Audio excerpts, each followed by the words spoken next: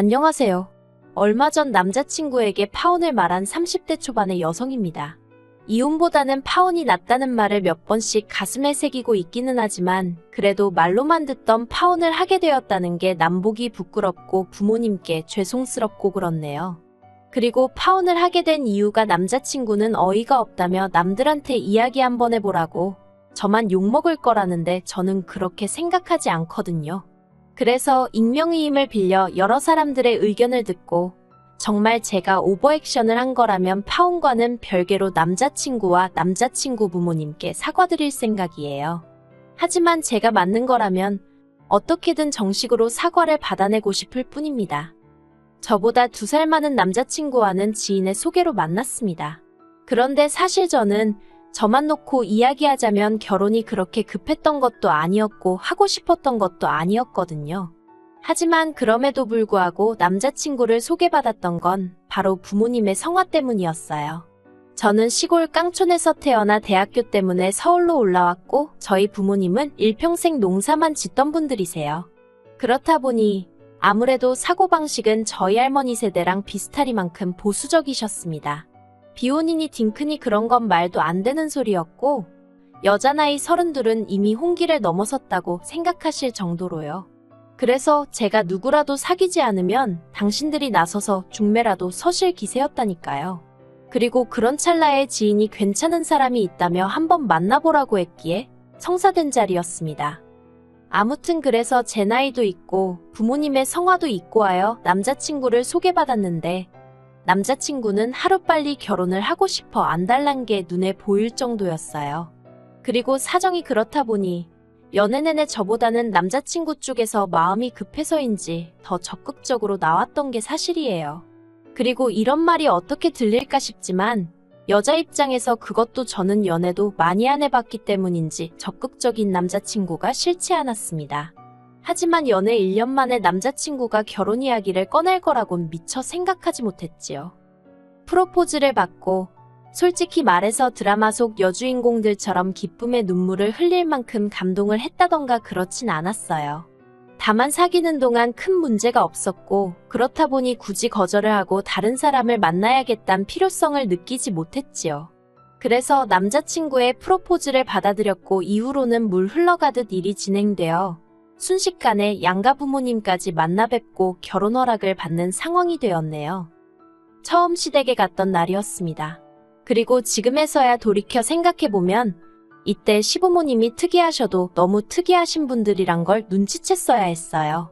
하지만 당시에는 어쨌든 남자친구와 결혼하게 되면 저에게는 시부모님이 되실 분들이란 생각에 그분들께 잘 보여야겠단 마음이 컸거든요. 제가 결혼이 간절했던 것은 아니지만 그래도 여자로서 어려서부터 보고 들은 바가 있었으니 웬만하면 시부모님하고 가깝게 잘 지내는 그런 며느리가 되고 싶었달까요. 그래서 조금이라도 좋은 인상을 드리고 싶었고 그렇다 보니 긴장도 많이 하게 되더라고요. 솔직히 제 스스로의 모습만 검열하느라 시부모님이 어떤 분들인지는 미처 눈여겨볼 생각조차 못했던 게 사실이에요. 그저 제가 방금 제대로 대답을 한 건지 뭐라도 실수를 하진 않았는지 그런 데만 온 신경을 곤두세우느라 바빴으니까요. 그런데 저희 부모님까지 모시고 상견례를 하면서 비로소 이 결혼을 하는 게 맞는 건가 하는 의구심을 조금씩 갖게 되었습니다. 일단 저희 부모님은 농사 때문에 서울에 자주 오시는 분들이 아니었고 오신다고 해도 며칠씩 있다 가실 상황이 못 되었어요. 그렇기에 오신 김에 식사만큼은 맛있고 좋은 곳으로만 모시고 다닐 생각이었지요. 그래서 상견례 자리도 호텔 레스토랑으로 장소를 잡았던 거고요. 그런데 상견례 당일날 남자친구 부모님이 저더러 부모님은 평소에 드시던 대로 드셔야 하는 거 아니냐면서 괜히 당신들 수준에 맞추다가 저희 부모님 탈이라도 나면 어쩌냐는 거예요. 그리고는 당신이 무슨 재밌는 말이라도 한 것 마냥 웃으시는데 솔직히 저는 제가 꼬인 건지 시부모님이 하신 말씀이 꼭 저희 부모님을 무시하는 말처럼 들리더라고요. 그리고 그걸 가만히 참고 넘어갈 제가 아니었습니다. 그래서 단도직입적으로 지금 어머님 아버님이 무슨 말씀을 하시는 건지 모르겠다고 저희 부모님이 평소에 어떻게 뭘 드시는지는 아시냐고 물었어요. 사실 제가 처음 인사를 드리러 갔을 때만 하더라도 그런 자리가 처음이기도 하고 그래서 제가 남자친구 부모님이 듣기 거슬리는 이야기를 하셔도 미처 제대로 대응하지 못하고 넘어간 순간순간이 있었지만 이번만큼은 저도 아니고 저희 부모님을 상대로 선 넘는 발언을 하셨으니 가만히 있어서는 안 되겠다 싶었지요. 그래서 저를 어떻게 보시건 말건 신경 쓸 겨를도 없이 따지고 든 거예요. 그리고 제 그런 모습을 보더니 남자친구가 테이블 밑에서 참으라는 식으로 저를 쿡 찌르더니 나름대로 분위기를 환기시키겠다는 의도였는지 저희 부모님이 계시는 지역에서 드시는 음식이 훨씬 건강에 좋을 텐데 괜히 서울 음식 드시고 탈나는 거 아니냐는 자기 부모님은 순전히 걱정하는 마음으로 하신 소리라는 말도 안 되는 변명을 하더라고요. 그리고 남자친구의 어설픈 넉살에 저는 더 화가 나서 당장이라도 부모님을 모시고 그 자리를 벗어나고 싶었어요. 그런데 저희 어머니가 저한테 가만히 있으라는 식으로 몇 번이나 눈치를 주셔서 한 번은 참고 넘어갈 수밖에 없었네요. 그리고 어색한 분위기에서 이런저런 대화가 오가다가 저희가 결혼하게 되면 신혼집이라던가 혼수나 예단은 어떻게 할 건지에 대해서 얘기가 나왔습니다. 솔직히 돈 이야기라는 게 껄끄럽기는 해도 결혼할 사이라면 응당 몇 번이고 주고받을 수밖에 없는 이야기잖아요. 그런데 도통 남자친구 쪽에선 먼저 말문을 열지 않았기에 하는 수 없이 저희 아버지가 먼저 말씀을 꺼내셨어요. 하지만 남자친구 부모님은 대답 대신 먼저 저희더러 얼마나 해줄 수 있냐고 되묻는 게 아니겠어요. 그리고 그런 남자친구 쪽 반응에 약간은 의아했지만 그래도 남자친구에게 들은 이야기가 있었기 때문에 크게 당황치는 않았습니다. 평소에 남자친구는 자기가 모아둔 돈이 5천 정도 있고 부모님께서 1억 정도는 해줄 수 있다는 식으로 입버릇처럼 말해왔으니까요. 그리고 저는 순진하게도 남자친구의 말을 곧이곧대로 믿었기 때문에 저희 부모님에게도 이 정도 해주실 거라고 귀뜸을 해놓은 상황이었으니 저희 부모님도 이미 어느 정도는 생각해놓은 금액이 있으셨어요. 그래서 저희 아버지가 저희는 1억 정도 생각하고 있다고 대답하셨습니다. 그런데 찰나지만 남자친구 아버님이 보이신 표정이 솔직히 되게 기분이 나빴어요. 약간 뭐랄까, 네가 1억을 해줄 수가 있다고? 정말? 하며 못 믿겠다는 식이었거든요. 그리고 제 느낌은 착각이 아니었습니다. 왜냐하면 뒤이어 질문하시기를 아니 농사를 얼마나 크게 지내시길래 1억을 턱하니 말씀하시냐며 그거 농사라는 게 나이 들면 짓기도 어렵고 그러다 늙어서 애들한테 아쉬운 소리하고 살면 어쩌려고 그러냐. 막말로 남자친구 아버님이 그런 걸 왜 신경 쓰시는 건지 이해도 안 되고 설령 정말 걱정이 되었다고 한들 왜 이 자리에서 그런 소리를 하시나 싶을 만큼 무례한 태도를 보이셨거든요. 그리고 저는 저도 모르게 발끈해선 저희 집 재산은 염려치 않으셔도 되고 지금도 농사를 지으시는 건 아직 건강하신데 아무것도 안 하는 건 성격에 맞질 않으셔서 그냥 하고 계신 거라고 질러버렸어요. 그랬더니 친정아버지가 당황하신 듯 웃으시면서 저더러 어른들 이야기하는데 왜 나서냐고 저를 말리시더니 저희 딸이지만 성격이 이렇게 왈가닥이라고 잘 부탁한다고 하시는 거예요. 사실 저희 부모님은 두 분 다 앞에서 말한 대로 무척이나 보수적이셨고 그렇다 보니 딸 가진 부모가 죄인이다. 약간 그렇게 생각하시는 면도 없잖아 있으셨거든요. 그리고 당신들이 잘해야 남자친구 부모님 그러니까 저희 부모님 입장에선 예비사돈이죠. 예비사돈들이 저를 예쁘게 봐줄 거 아니냐며 상견례가 진행되는 내내 무척이나 저자세로 나가시대요. 휴, 솔직히 자식된 입장에서 그런 부모님의 모습을 보고 있는 건 꽤나 괴롭고 불편한 일이었습니다. 그래서 그렇게 안 하셔도 된다고 몇 번이나 말씀드렸지만 이게 다 나중에 저 편하라고 그런 거라며 당신들은 괜찮다고 하시는데 도대체 자식이 딸인 게 무슨 문제라고 저러시나 싶어서 제 부모님이지만 얼마나 답답하고 속상하던지요. 하지만 정말 저를 더 괴롭게 한 건 이 상황이 당연하다는 듯 받아들이고 있는 남자친구와 남자친구의 부모님이었네요. 그리고 이러한 과정 속에서 저는 솔직히 확실히 뭐 때문이라고 말할 수는 없었지만 일종의 비굴함마저 느끼며 이 결혼을 하는 게 맞나 하는 생각을 하기 시작했어요. 막말로 결혼하자고 한 사람은 남자친구였지 제가 아니었는데 심지어 저는 그렇게 결혼이 간절하지도 않았는데 언젠가부터 오히려 저나 저희 부모님이 남자친구 쪽 비위를 맞추고 있는 그림이 되어 있었으니까요.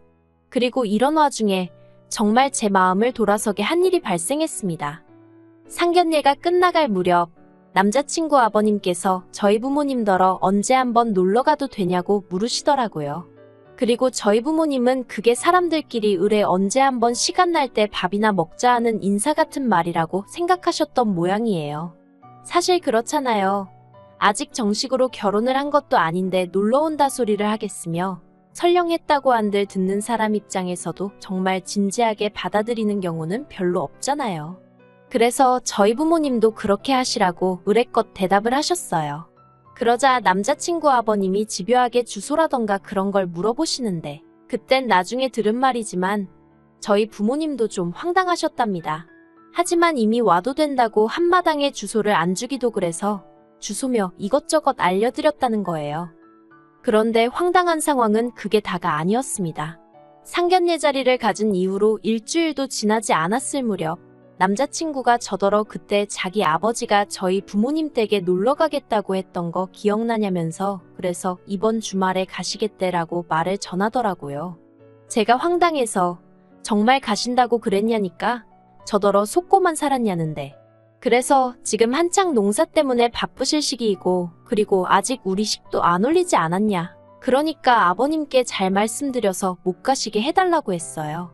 그랬더니 남자친구 안색이 어둡게 바뀌더니 이럴 줄 알았다면서 저더러 솔직히 말해보랍니다. 자기나 자기 부모님한테 뭐 거짓말한 거 없냐고요. 그리고 뜬금없는 이야기를 하는 남자친구의 태도에 당황한 제가 그게 무슨 소리냐고 내가 무슨 거짓말을 하냐고 되물었습니다. 그랬더니 남자친구가 하는 말이 정말 부모님이 농사를 그렇게 크게 짓는 게 맞냐면서 자기 부모님도 예전에 농사 지어보셔서 안다고 거짓말도 정도껏 하라나요. 그리고는 덧붙이기를 아버님이 저희 부모님 댁에 놀러 가시겠다고 하신 것도 진심이 아니라 제 반응을 보려고 떠보신 거랍니다. 정말 그렇게 농사를 크게 짓는 집안의 딸인지 확인해봐야 한다면서요. 어이가 없어서 그러니까 지금 나나 우리 부모님이 거짓말했는지 시험해본 거냐고 따졌습니다. 그랬더니 남자친구가 한다는 말이 평소에 제 씀씀이로 보나 뭐로 보나 그렇게 돈 많은 집에 딸 같지가 않았는데 갑자기 1억을 해오겠다는 것도 의아했고 솔직히 남자친구가 얼마나 횡설수설하던지 도대체 무슨 말을 하는 건지 이해를 할 수가 없었습니다. 막말로 찜찜한 구석이 있으면 차라리 까놓고 말을 하는 게 맞지 그렇게 음흉하게 뒷조사하듯 사람을 떠보는 게 맞나 싶었으니까요. 그래서 남자친구더러 그냥 결혼을 하기 싫으면 안 하면 되지. 이게 뭐 하는 짓이냐고 화를 냈어요. 그리고는 우리 집에 가서 땅 구경을 해볼 테면 해보라고 했지요.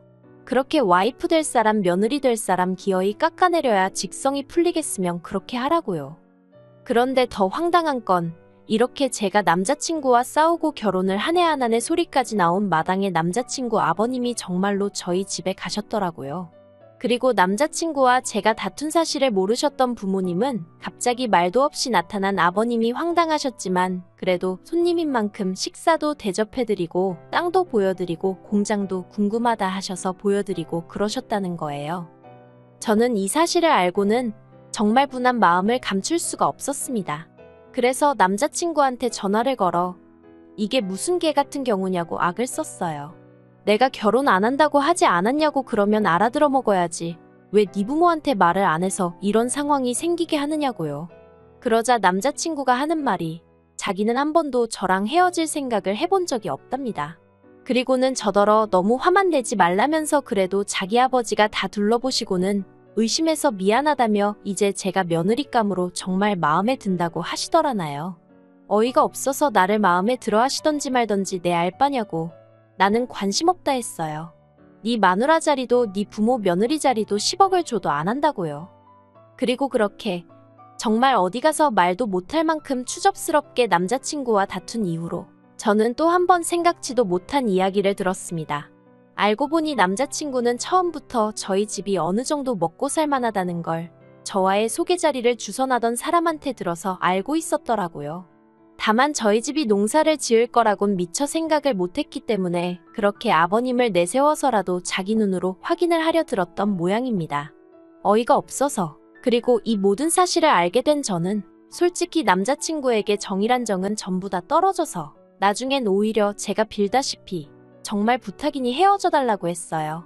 그런데 남자친구가 하는 말은 정말 살면서 들어본 말 중에 가장 무식하기 짝이 없었습니다. 너희 부모님은 아무리 돈은 많이 번다고 해도 시골 깡촌에서 평생 흙이나 만지고 사는 사람들이지 않냐? 우리 부모님은 그래도 대학물까지 먹은 서울에서 나고 자란 엘리트다. 그러니 서로 결점은 감춰주고 장점만 바라보며 한 가족이 되자는 정말 말 같지도 않은 개소리를 해댔거든요.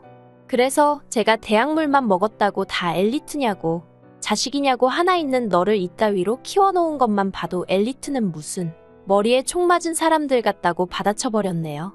그리고 이 일로 남자친구가 저더러 말을 무식하게 한다고 지적을 해대길래 더 상스러운 소리도 해줄 수 있다고 받아쳤지요.